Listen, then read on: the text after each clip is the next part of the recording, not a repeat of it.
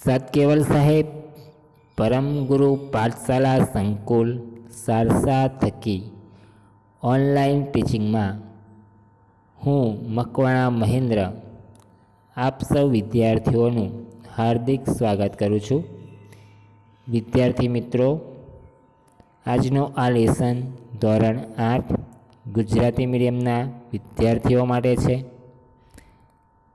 And the subject is English. વિષય English છે. Unit number 2 song of song and the topic cover is unit 2 activity 6-7. વિદ્યાર્થી મિત્રો, આની અગાઉ આપણે 2 ઓનલાઈન લેસનમાં સોંગ ઓફ સોંગ સ્ટોરી જોઈ ગયા. તેના પછી 1 to 5 જે ટેક્સ્ટબુકની એક્સરસાઇઝ હતી તે પણ આપણે જોઈ ગયા. અને હવે આપણે આ યુનિટના અંતિમ ચરણમાં એટલે કે એક્ટિવિટી 6 અને 7 તરફ આગળ વધીશું. તો ચાલો વધારે સમય ન બગાડતા લેટ્સ ગો અહેડ. દરેક વિદ્યાર્થી જોડે ટેક્સ્ટબુક તો હશે જ. સ્લાઇડમાં પણ તમે જોઈ શકો છો, અને પોતાના ઘરે ટેક્સ્ટબુક હશે તો પેજ નંબર 20 પેજ પર તમે જોઈ શકો છો. દરેક વિદ્યાર્થીઓ ધ્યાન આપશે. 7. Answer the question. Write one word answer using words from the brackets. બ્રેકેટમાં છે plane, bus, bullock cart, bicycle, bullet train. તો બ્રેકેટમાંથી આપણે યોગ્ય શબ્દ પસંદ કરીને પ્રશ્નોના જવાબ આપવાના છે. તો ચાલો આગળ વધીએ. Number 1, a bus is faster than. બ્રેકેટમાં જોશો તો તમને ખ્યાલ આવશે. A bus is faster than bicycle. Bicycle કરતાં વધારે ઝડપી બસ છે. એટલે જવાબમાં આપણે બાઇસિકલ લખીશું પહેલી ખાલી જગ્યામાં. બીજી ખાલી જગ્યામાં a train is longer than a bus. બસથી વધારે લંબાઈમાં લાંબુ તો એ ટ્રેન છે. એટલે બીજી ખાલી જગ્યામાં જવાબમાં બસ આવશે. થર્ડ ક્વેશ્ચન, ત્રીજો પ્રશ્ન. A bullock cart is slower than bicycle.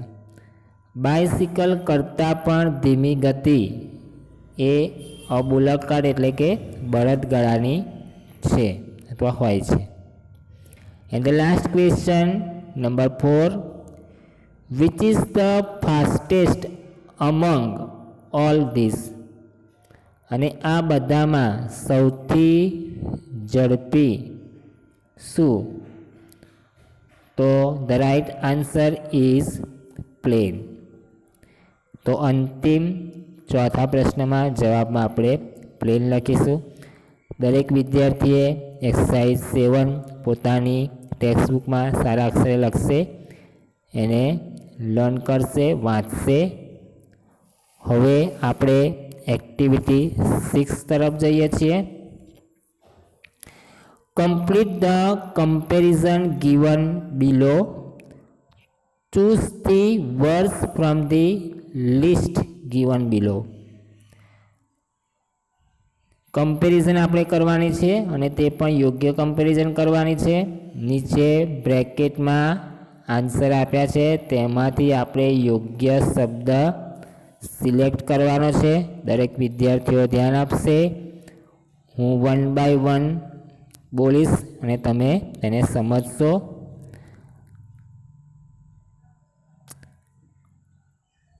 As brave as. Brave એટલે બહાદુર. એઝ બ્રેવ એઝ તો બહાદુર કોના જેવું? તો જવાબમાં આવી શકશે a lion. As brave as a lion. ડાબી બાજુમાં પહેલા પોઈન્ટમાં આપણે લખીશું as brave as a lion, lion જેવું શૂરવીર. તેની સામે એઝ ફેથફુલ એઝ, ફેથફુલ એટલે વિશ્વાસુ. એઝ ફેથફુલ એઝ કોના જેવું વિશ્વાસુ હોવું જોઈએ? બરાબર છે, જવાબમાં આવશે a dog. As faithful as a dog, કૂતરા જેવું વફાદાર. તેના પછી એઝ યુઝફુલ એઝ અ કાવ. બરાબર ને, ગાયની જેમ દરેકમાં આપણને યુઝફુલ ઉપયોગી કરતા, મદદ કરતા બની રહે, એટલે જવાબમાં આવશે અ કાવ. એઝ યુઝફુલ એઝ અ કાવ. તેની સામે એઝ હંગ્રી એઝ, ભૂખ્યું, તો કોના જેવું ભૂખ્યું હોવું જોઈએ? બરાબર, જવાબમાં આવશે અ વુલ્ફ. વુલ્ફ એટલે વરુ, અને તમને ખબર છે હંમેશા ભૂખ્યું હોય છે, એટલે as hungry as a wolf.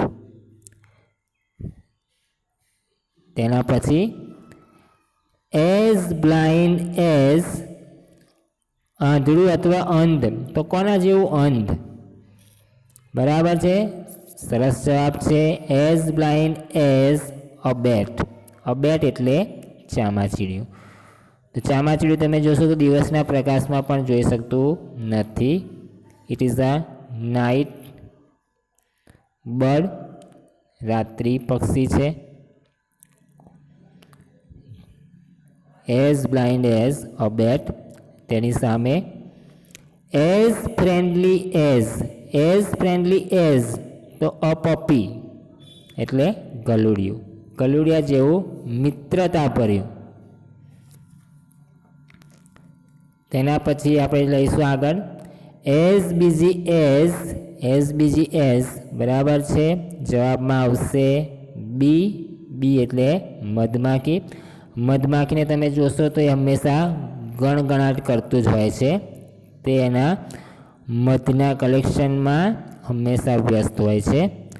અને તેની સામે એઝ અગલી એઝ, છેલ્લે આપણી જોડે ટોડ એક જ શબ્દ છે, જે પહેલો નંબરે આપેલો છે બ્રેકેટમાં. As ugly as a toad એટલે દેડકો, દેડકા જેવું કદરૂપું. બરાબર છે, દરેક વિદ્યાર્થીઓને ખ્યાલ આવી ગયો હશે. ઘરે સારી રીતે પોતાની ટેક્સ્ટબુકમાં લખશે, એનો અભ્યાસ કરશે. તેના પછી એક્ટિવિટી 6માં જ આપણે બીમાં એના પછીની એક્ટિવિટી તરફ જઈશું. Complete the following blanks with the help of clues given in the bracket. Consult your social science teacher. અહીંયા જે પણ ખાલી જગ્યા આપવામાં આવી છે તેના બ્રેકેટ નીચે આપેલા છે, આન્સર આપેલા છે, અને તમારા સોશિયલ સાયન્સના ટીચર દ્વારા તમારે આ જવાબ લખવાના છે, જેથી કરીને તમને તેના જવાબ આવડે. પણ તેમ છતાં આપણે અહીંયા કરીશું. ફર્સ્ટ બ્લેન્ક છે which is the highest mountain range in the world. વિશ્વમાં સૌથી મોટી પર્વતીય માળા કઈ છે, અથવા સૌથી ઊંચી પર્વતમાળા કઈ છે? નીચે જવાબ આપેલા છે the Sahara desert, the Pacific, mount Everest, the Himalaya and the Nile. Highest mountain range એટલે ઊંચી પર્વતીય હારમાળા. આપણે ભણી ગયા છીએ તેમ ધ હિમાલયા જ આવશે પહેલી ખાલી જગ્યામાં. The right answer is the Himalaya. બીજી ખાલી જગ્યામાં which is the highest peak in the world. વિશ્વનું સૌથી ઊંચું શિખર કયું છે? શિખરની વાત એટલે દરેકને ખ્યાલ આવી ગયો હશે. Yes, the proper and right answer is Mount Everest. તે વિશ્વનું સૌથી ઊંચામાં ઊંચું શિખર છે. Fill in the blank third, ત્રીજી ખાલી જગ્યા. Which is the hottest region in the world, સૌથી વધારે ગરમ પ્રદેશ કયો છે? તો સૌથી વધારે ગરમ પ્રદેશ, પ્રાંત, વિસ્તાર પણ જેને કહી શકાય, અને તે છે ધ સહારા ડેઝર્ટ. એ સૌથી ગરમમાં ગરમ પ્રદેશ છે. ચોથી ખાલી જગ્યા. Which is the longest river in the world, વિશ્વની સૌથી લાંબામાં લાંબી નદી કઈ? અને આપ સૌ વિદ્યાર્થીઓ જાણો છો તેમ the right answer is the Nile. Nile નદી બધા જાણે જ છે. અને અંતે છેલ્લી ખાલી જગ્યા. Which is the largest ocean in the world, સૌથી લાંબામાં લાંબો મહાસાગર કયો? અને બધાને ખ્યાલ આવી ગયો, ધ પેસિફિક ઓશિયન, પેસિફિક મહાસાગર, જે બધા જાણે છે. તો આ રીતે આપણે એક્ટિવિટી 6 અહીંયા કમ્પ્લીટ કરીએ છીએ. ફરી વખત તમને દરેકને યાદ કરાવી દઉં, આ એક્ટિવિટી ઘરે પોતાની ટેક્સ્ટબુકમાં સારા અક્ષરે લખશે અને નોટબુકમાં પણ લખી શકો છો, જેથી કરીને તમે રિવાઇઝ કરી શકો અને તમને આગળ ભણવામાં અનુકૂળતા રહીએ. Go ahead. Activity 7, study the graph and say whether the following sentences are true or false. આપેલા ગ્રાફનો અભ્યાસ કરો અને વાક્યો ખરા છે કે ખોટા તે નક્કી કરો. દરેક વિદ્યાર્થીઓ ગ્રાફ તરફ જોશે. ડાબી બાજુ નીચે આપેલું છે પોલ્યુશન, જે રેડ છે, એટલે કે રેડ લાઇનમાં જે છે એ પોલ્યુશન દર્શાવ્યું છે, એટલે કે પ્રદૂષણ દર્શાવ્યું છે. અને બ્લુ લાઇનમાં જે છે તે પોપ્યુલેશન દર્શાવ્યું છે. ઉપર તમે જોઈ શકો છો પાર્ટિકલ મેટર ઇન 2002 માઇક્રોગ્રામ્સ પર ક્યુબિક મીટર. એમાં પણ તમે જોઈ શકો છો Delhi India, Cairo Egypt, Kolkata India. ચોથા નંબર પર Tianjin China, Mexico City, Tokyo જાપાનમાં, યુકેની અંદર લંડન અને યુએસમાં ન્યુયોર્ક. તો એ તમારે અભ્યાસ કરવાનો છે. Population in 2005 millions. તો અહીંયા ગ્રાફને આધારે નીચે આપણે ટ્રુ અને ફોલ્સ જવાબ આપવાના છે. દરેક વિદ્યાર્થીઓએ અભ્યાસ કર્યો હશે. 1-2 વખત ગ્રાફ તરફ જોશે એટલે ખ્યાલ આવશે. આપણે 1 બાય 1 તેની માહિતી મેળવીશું અને એક્ટિવિટી 7 કમ્પ્લીટ કરીશું. The first one is Kolkata is the most polluted city in the world. વિશ્વની સૌથી વધારેમાં વધારે દૂષિત સ્થળ, સિટી, શહેર કોલકાતા છે. તો તમે જોઈ શકશો જે પ્રમાણે ગ્રાફમાં આપણે જોયું તેમ સૌથી વધારે દૂષિતમાં દિલ્હી આવે છે, કોલકાતા આવતું નથી. એટલે આપણે the first statement is false, પહેલું વિધાન ખોટું છે. દરેક વિદ્યાર્થી ઘરે નોટબુકમાં લખશે અને ટ્રુ અને ફોલ્સ છેલ્લે ઇન્ડિકેટ કરશે. એટલે પહેલું વિધાન ફોલ્સ, ખોટું છે. Second, Tokyo and New York are more polluted but lesser polluted cities. Tokyo અને ન્યુયોર્ક તમે ગ્રાફમાં જોઈ શકો છો. ટોક્યો જે નીચેથી ત્રીજા નંબર પર છે, ટોક્યો અને ન્યુયોર્ક જે એ પણ નીચે છેલ્લા નંબર પર છે. તો એ પોલ્યુટેડ, વધારેમાં વધારે પોલ્યુટેડ છે.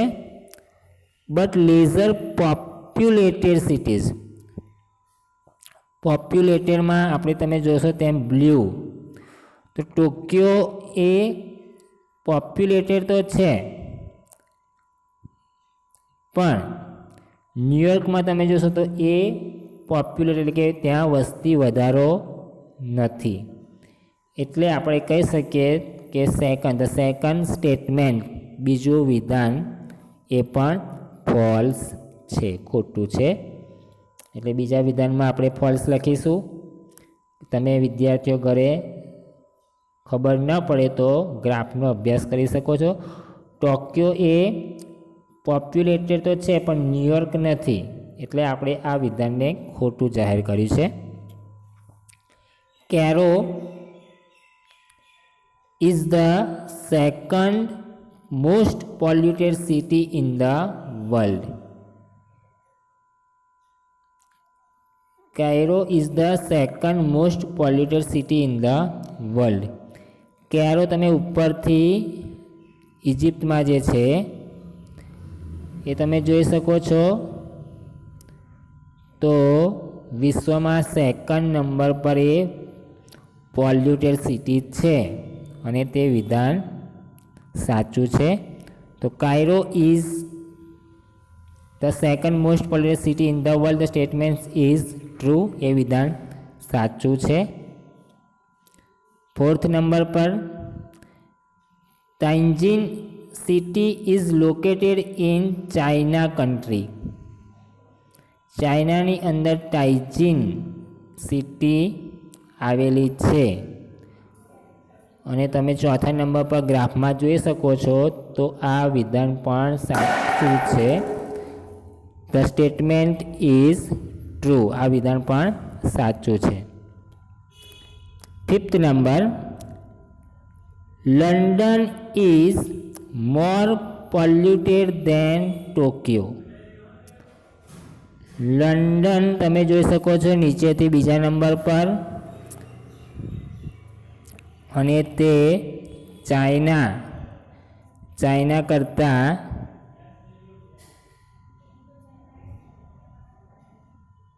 ઓછું પોલ્યુટેડ છે. London is more polluted than Tokyo, એટલે ટોક્યો કરતાં, ટોક્યો તમે જોઈ શકો છો નીચેથી, ટોક્યો કરતાં લંડન વધારે નહીં પણ ઓછું પોલ્યુટેડ છે. એટલે જે પાંચમું વિધાન છે એ ફોલ્સ આવશે. બરાબર, વધારે પોલ્યુટેડ શું છે તો ટોક્યો છે, લંડન નહીં. એટલે લંડન ઇઝ મોર પોલ્યુટેડ નથી પણ લેસ પોલ્યુટેડ છે. એટલે પાંચમું વિધાન પણ અહીંયા આપણે ખોટું એટલે કે ફોલ્સ જાહેર કરીશું. 6 number, Delhi is the most polluted city in the world. Delhi જે ફર્સ્ટ નંબર પર છે, રેડ ઝોન એની ઉપર દર્શાવેલું જ છે. રેડ લાઈન તમે જોશો તો બધા સિટી કરતાં ત્યાં રેડ લાઈન વધારે છે, એટલે ધ સ્ટેટમેન્ટ ઇઝ ટ્રુ. ખરેખર વિશ્વમાં સૌથી વધારે પ્રદૂષિત દિલ્હીમાં છે. એટલે the 6th statement is also true, સાચું છે. 7 number, Mexico City has less pollution but has more population. Mexico City તમે ઉપરથી 5મા નંબરે અને નીચેથી 4થા નંબરે જોઈ શકો છો. બરાબર છે, તો એ તમે ધ્યાનથી સમજો એવા છો. મેક્સિકો સિટી જે પોલ્યુશનમાં ઓછું છે પણ પોપ્યુલેશનમાં વધારે છે, એટલે આ વિધાન પણ સાચું છે. The 7th statement is true. And the last one 8, Cairo is more polluted than Kolkata but less polluted than Delhi. કાયરો એ તમે બીજા નંબર પર જોઈ શકો છો. મોર પોલ્યુટેડ તો છે જ, અને તે પણ કોલકાતા કરતાં પણ વધારે છે.